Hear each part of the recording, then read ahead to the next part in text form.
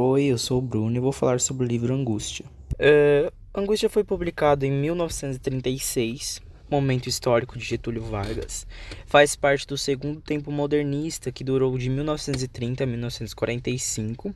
É uma prosa ficcional regionalista, tá? É uma literatura usada como instrumento de denúncia, então isso é muito importante. Se tem a arte como grande engajamento político, tá? Tem características neorrealistas ou neonaturalista, né? A estética. É possível observar também a verossemelhança, né? Que é o compromisso com a verdade, ou seja, não tem idealizações, tá? Só tem a descrição da realidade. A Angústia é narrado em primeira pessoa, que é o Luiz da Silva. O tempo do livro é dividido em infância, vida adulta, que é os conflitos, tempo da narração em processo. Ou seja, uma história confusa, porque mistura tempos verbais, né? É isso que caracteriza o livro, porque por ele ser assim, compulsível, ter lembranças do passado. Bom, a infância dele, né, que remete às memórias, tem noção do traçado psicológico, que é o jovem Luiz, que ele vivia com o pai e avô numa fazenda que vai entrando em crise financeira, o avô falece e a propriedade fica com o pai. Quando pequeno, não gostava de brincar com as pessoas. Teve uma vida muito tímida e recatada, diferente das outras crianças. Portanto,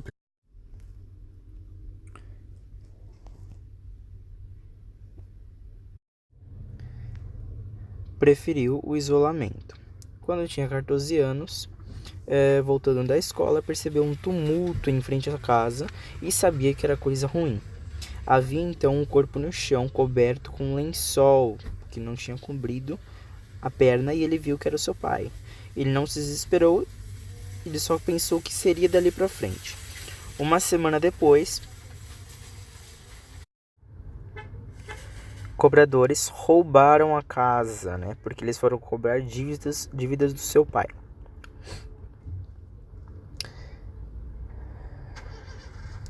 A segunda fase, que é a fase do da vida adulta, onde tem os seus conflitos,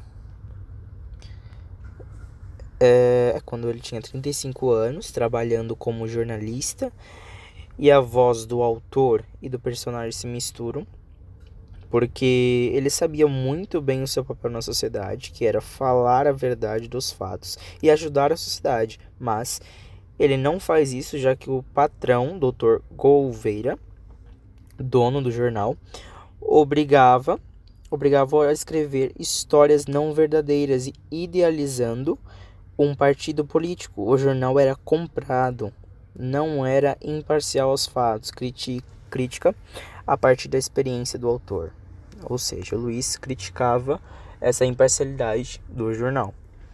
Sua rotina era chegar em casa, conversar com sua empregada Vitória e ir até o quintal, sentar-se na rede com o livro em mãos. Portanto, um dia foi diferente, havia uma movimentação à esquerda, alguém havia se mudado, uma família, e a jovem ruiva, filha do casal, ela se chama Marina, tinham conversas amigáveis e profundas. Percebeu que ela era fútil e superficial. Fugia dos assuntos, se incomodava com as ações dela, mas isso fez com que ela tomasse conta dos pensamentos dele. E seu aspecto compulsivo, doentio, fez com que ele não conseguisse ficar sem ela. Marina e Luiz acabam se encontrando à noite até acabarem anunciando que vão se casar, e isso muda toda a rotina do Luiz e de Marina. Ela vai aos poucos incluir o jeito feminino à casa, e Luiz vai tendo gastos absurdamente altos. E seu dinheiro vai sendo gasto de maneira banal. Quando Luiz nega uma peça de tapeçaria e eles têm a primeira briga, Marina se abala, com o relacionamento. Quando volta para casa, presencia a cena de Julião Tavares, rico e feio, conversando com Marina. Isso o incomoda e eles brigam de novo, reatam, mas não é a mesma coisa. Dentro de 2 meses se separam de novo, ou seja, foi uma separação gradativa e acabam com o noivado. Julião começa a frequentar mais a casa de Marina. E isso faz com que as compulsões de Luiz fiquem piores, que o faz achar que está sendo perseguido. Vale ressaltar que Luiz era louco, né? Ficava até escutando a Marina fazer xixi. Ele descobre que Marina está grávida de Julião e ela queria abortar, e assim fez. E Luiz a seguiu acompanhando até em casa. Um mendigo, que é o Ivo, sempre aparecia e Luiz sempre o alimentava. Mas nesse dia o mendigo deixou uma corda suja e mesmo sem gostar, ele aguarda. Ele persegue Julião e que sai à noite entorpecido e seguiu a uma região afastada e então Luiz decide executar seu plano de matar enforcado o Julião. Para disfarçar, ele o amarra pendurado na árvore para parecer suicídio e vai para casa se lavar. Passado e presente se misturam. E o encerramento será com ele passando por um tumulto de conflitos que pioram como um vulcão eclodindo. A obra se dá em torno disso. Por isso que se chama angústia, porque a gente vai acompanhando as angústias do Luiz, as compulsões. É isso. Vamos então para o próximo livro. Claro Enigma foi feito por Carlos Drummond de Andrade em 1951, ou seja, após a Segunda Guerra Mundial. No entanto, essa obra é diferente das outras que ele já fez. Esse título é paradoxo, porque tudo que é claro não é um enigma e tudo que é enigma não é claro. Nessa obra tem uma forma reflexiva de ver o mundo. Coloca então o eu lírico de uma maneira mais calma, e assim ele se distancia da temática social, trabalhada em livros como antes, por exemplo, O Sentimento do Mundo. Nesse novo Carlos Drummond, a sua obra tem um desencanto com a realidade. O eu lírico já não vê mais sentido no engajamento da luta, só observa a realidade como espectador, sendo mais cético, mais moderado. Sobretudo, Claro Enigma não conta uma coisa única, não se tem uma unidade só.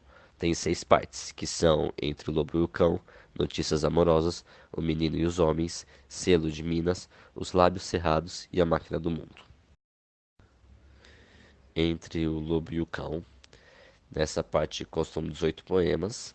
Drummond tem a proposta de apontar o paradoxo entre a maldade do lobo e a bondade do cão, mas ainda há uma referência ao poeta português que é o Sá de Miranda. Segundo este poeta, ao meio-dia anda-se entre lobo e cão, que são duas constelações que só podem ser vistas à noite. Mas o que entender disso? Que alguém, no meio do dia, na claridade, anda na escuridão. Drummond já não vive um período de guerra, tudo parece ser luz, mas ele em sua crise de existência se sente na escuridão. O próximo é Notícias Amorosas. São 7 poemas abordando o amor, não romântico, mas crucial para a vida. Por exemplo, em seu poema Amar, percebemos o infinitivo do título. Isso remete a uma abordagem universalista. Ressaltamos neste resumo de Claro Enigma que não se trata do amor preso à realidade presente. Ainda que fale de amor, percebemos no poeta um tom de amargura. O amor é também vínculo à negatividade, ingratidão, vazio e inutilidade. Mesmo assim, segundo ele, o que nos resta é continuar a amar. O Menino e os Homens. São somente 4 poemas, o papel deles é homenagear. O Menino é Drummond, que elogia os homens, que no caso são os poetas Mário de Andrade, Manuel Bandeira e Mário Quitanda. Estes são pessoas que Drummond admira muito por serem todos melhores e mais humanos que ele próprio. Selo de Minas é a 4ª parte do livro e é composta por 4 poemas. Ela é dedicada à terra natal de Drummond, Minas Gerais, porém ela não é tratada de forma idealizada ou saudosista, e sim faz críticas amarguradas. Lábios Cerrados são 6 poemas com a temática do silêncio, por meio dos quais ele se lembra de seus familiares. Como já são pessoas falecidas, a poesia novamente tem um tom obscuro e amargo. São familiares que já se foram, mas que Drummond ainda tem os consigo em sua lembrança. Máquina do Mundo é a última parte do livro e é composto por apenas 2 poemas. Ele foi considerado o melhor poema brasileiro do século XX e seu nome faz uma alusão aos Lusíadas, pois lá o Vasco da Gama se depara com a máquina do mundo. E ele trata de um tema um pouco mais transcendental e mais interno do que os outros poemas. E isso aí, pessoal. Espero que tenham gostado e que se lembrem disso para a FUVEST.